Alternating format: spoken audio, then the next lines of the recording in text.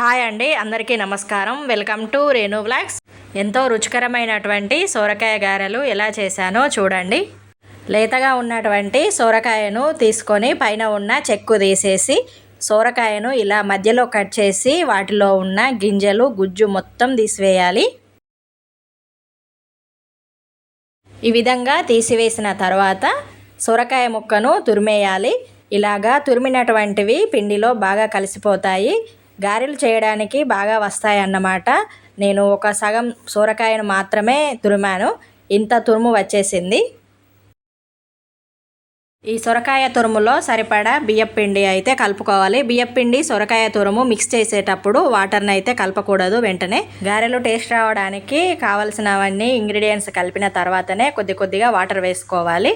సొరకాయ తురుములో కాసింత బియ్యం పిండి వేసిన తర్వాత బియ్యం పిండిలో సొరకాయ తురుము బాగా కలిసిపోయేలాగా కలిపిన తర్వాత కట్ చేసినటువంటి ఉల్లిపాయ ముక్కలను వేయాలి.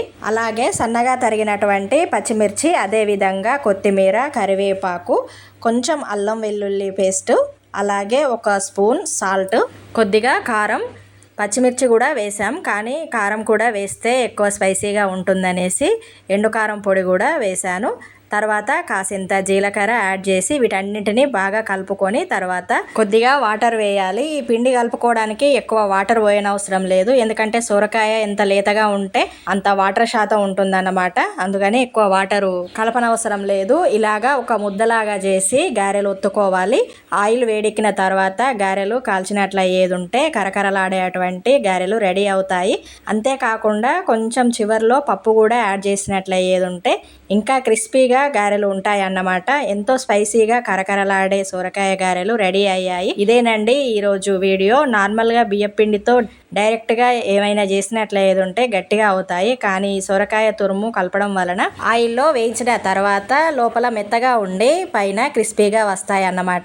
సొరకాయ కూర చేసినప్పుడు పిల్లలు తినకపోయినట్లయితే ఇలా చేస్తే ఇష్టంగా తింటారు. ఇదేనండి ఈరోజు వీడియో. నా వీడియో కనుక మీకు నచ్చినట్లయితే ఉంటే లైక్ చేయండి. మొదటిసారి వీడియో చూస్తున్నట్లయితే తప్పకుండా సబ్స్క్రైబ్ చేయండి. మరిన్ని మంచి వీడియోస్తో మీ ముందుకు వస్తాను. Thank you.